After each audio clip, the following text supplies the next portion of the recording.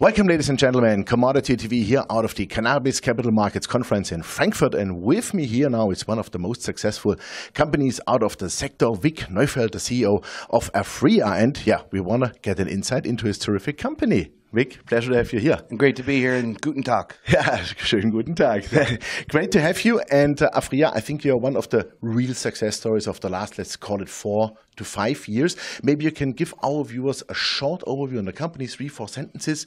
What are you doing there?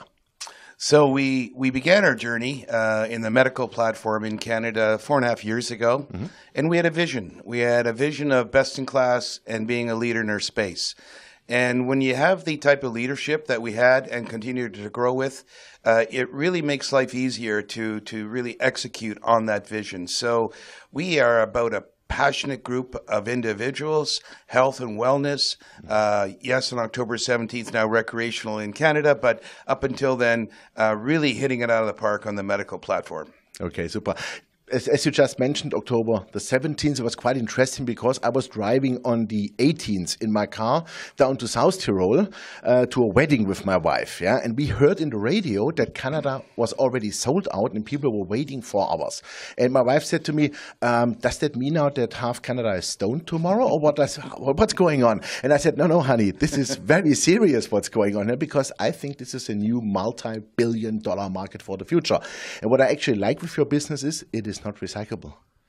Because once used, it's done. So you need to reproduce. So where would you specify Aphria now? As you said, you are one of the market leaders, and just heard already that you are also a leader in the cost structure. Can you give us a bit more details how it works? What costs do you have? What all-in costs do you have? And what, let's say, gross margins before taxes you are operating then? So maybe I'll touch on your opening comment as you're driving with your wife. I think what happened on the 17th of October and the 18th is a culmination of short supply and over demand. I have been telling the world that for the first 3 to 4 months, Aphria will not be able to fill the entire supply chain as necessary or as expected by all the provincial regulators. And I was proven right. We had one of our 5 brands in the first 2 hours sold out in British Columbia. In one of our provinces. I think it was less than half a day before all of the Ontario product that we had was sold out. So we're on the cusp of something really big. And what all licensed producers need to do is to make sure their supply chain, their harvest, their processing, packaging, in about 2 or 3 months, we better get our act together, because there's a huge demand. And price points are acceptable today. But back to your other question, in 12 months from now, when I understand the objectives of all of the provincial regulators and the provinces control the price point, we are on average selling into our wholesale pricing about $5 a gram, average blended. So throughout the high and the low, but on average. I'm going to suggest to you that in about 12 months, that wholesale pricing has to be $4 or less. And a very, very important part of what I'm saying here is to meet the #1 objective of both the federal government and all the provinces is to thwart, never eliminate, that's a great objective, but to mitigate organized crime, proceeds that are really driven by organized crime. And the pocketbook will be a major, major indicator of, are they going to be successful or not? So out of the box, average of $9 or $10 a gram when a consumer leaves the store with it after all the taxes, et cetera. I'm going to suggest to you that that has to be closer to $7, maybe $8 out the door. And I don't know how many licensed producers are going to be able to accommodate that objective. And I'll tell you why. My costs today are around $1.10 all in. So that's real all in. Real all in. Okay. Excuse me. When we have completed our Part 4 expansion and our Aphria Diamond retrofit, we will have 2.5 million square feet of Dutch greenhouse, fully automated, and another 500,000 feet of infrastructure for oil processing, all the R&D, drying, et cetera, et cetera. We will be in May of 2019. Our annualized run rate then will be in excess of 255,000 kilos per year. That's over 20,000 a month. When I get to that level, and again, remember, it's May of 2019, I will have such cost efficiencies that I'm going to pick it up, and I will be a continued leader when it comes to low-cost production. And I'm going to pass that on to all of our provincial partners so that my $5 is $4. And therefore the ultimate selling price out the door. So I have a real competitive advantage is because we grow to scale, to quality, greenhouse, low-cost producer. So you're fully vertical integrated then? Oh, absolutely fully integrated. Absolutely start to finish. We launched 5 brands in the Canadian marketplace for recreational. Our medical platform continues to deliver. We're in excess of, I think, 55,000 patients now in Canada. The unknown is how many of those patients are going to leave and go to recreational. We'll know in about 3 to 4 months when their scripts are up, and we'll see if they continue to stay with us on the medical side or do they go over to a recreational retail. Interesting.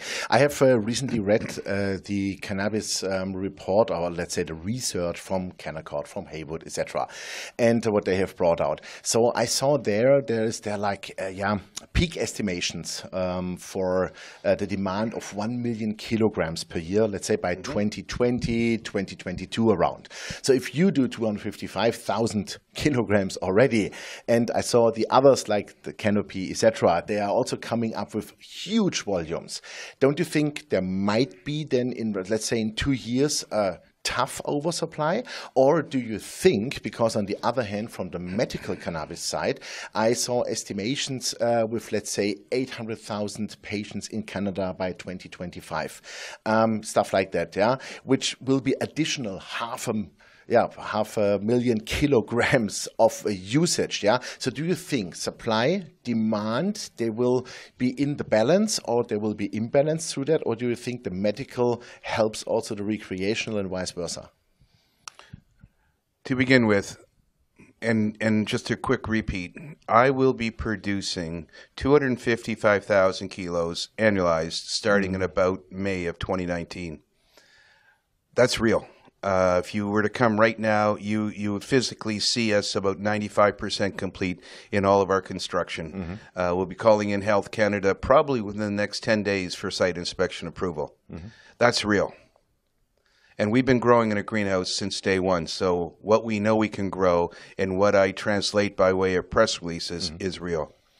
I would suggest you have to sit back and really understand some press clippings from some of my colleagues from other licensed producers if they truly, truly can grow 600,000 kilos annually. What growing problems are they experiencing yesterday and today? And what confidence do they exude that tells the investor they've got their house in order and they will produce? I'm going to strongly suggest that there's an overinflation of what the Canadian licensed producer community will be producing. I can tell you, I'm 255,000 and at an unbelievable attractive cost point. Now, going forward, it would be foolish of me to say that I'm going to have 35% of the recreational market in Canada. There's no one brand. I have 5 brands, but even collectively, if we were able to garner 35% of all retail adult use sales, that would be a home run. There are far, far too many brands in various provinces.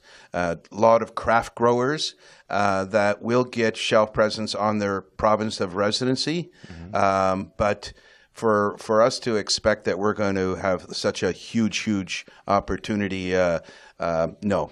So our kilos, back to your question, is really a separation between medical as well as recreational. Recreational, though, on October 17th, only included dried flower, pre-rolls, oils, topicals.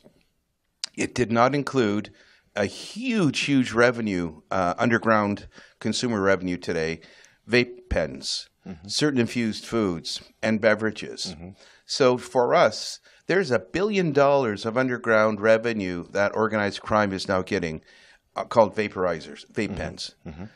Health Canada, Justice, Public Safety, they all have to come to the table shortly to realize if they really want to assist licensed producers and the provincial retailers of thwarting organized crime, bring vape pens to the table. Allow me to now bring what we've had ready to rock and roll with for about 8 months now.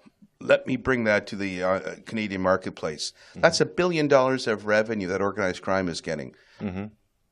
What sort of take that away? I would say. Yeah. Well, but with that now comes higher pricing, premium product, premium positioning, and better from a margin perspective. That's what they need to do going forward.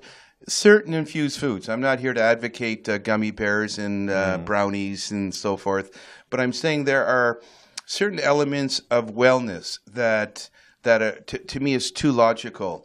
It's juices, it's recovery drinks, it's utility drinks that allowed to infuse with CBD. I'm not talking about the psychoactive THC here. Yeah. I'm talking about the more of a medical / wellness. Yes.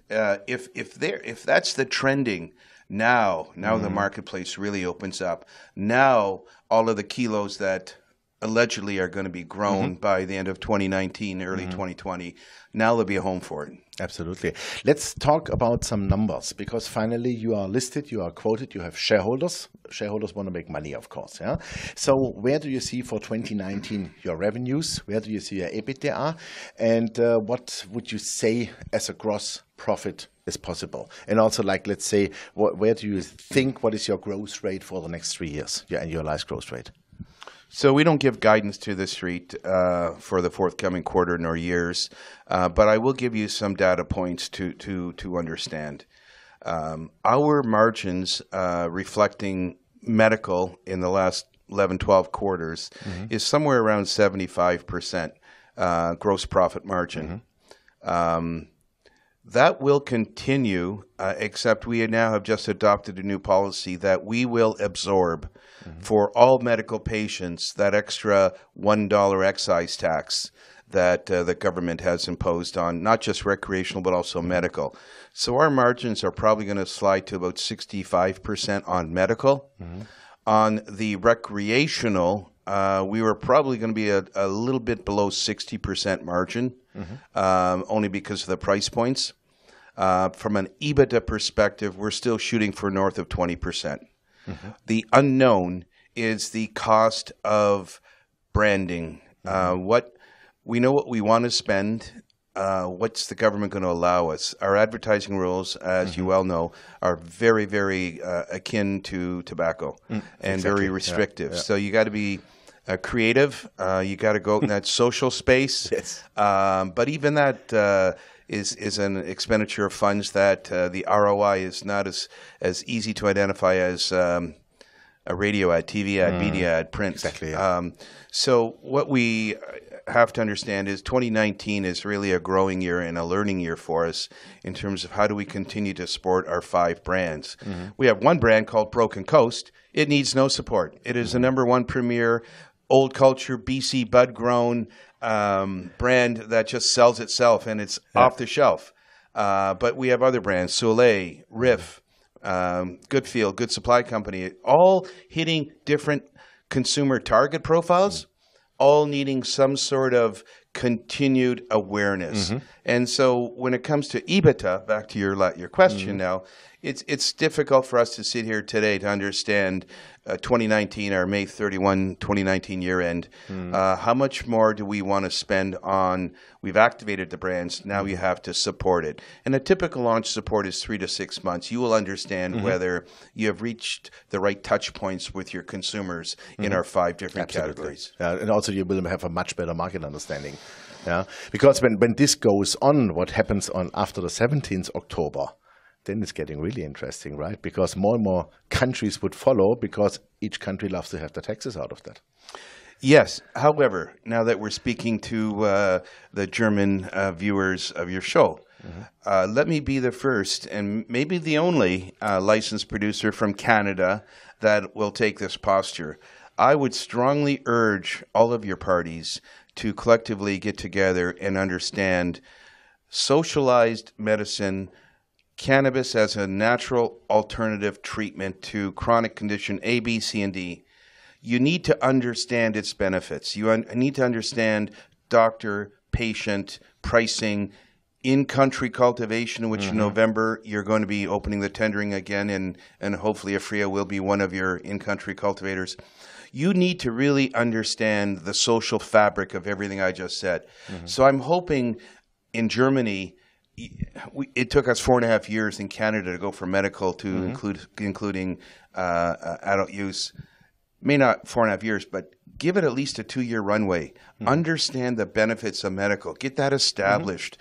Understand what went wrong, and then improve upon that. So don't rush out and bring a recreational platform to the table like 3 months from now. First, definitely. Absolutely. Yeah. That's where this started in Canada, and everyone cut our teeth, so to speak, in understanding. Perfect. Vic, thank you very much. It was a very interesting interview. All the best. And we look forward to some good news then from you guys 2019. Oh, stay tuned. There's a lot of good news coming. Super. Thank you. Yeah, ladies and gentlemen, there was Vic Neufeld, the CEO of Aphria. And you heard him. The company is growing very fast, and the company will already produce next year 255,000 kilograms. And they have 2.5 million square feet already in planting, and they're highly professionalized, of course. And you heard it. Maybe they are the first movers here in Germany also. So check out the company. Thanks for watching us. Bye-bye from Frankfurt. Danke.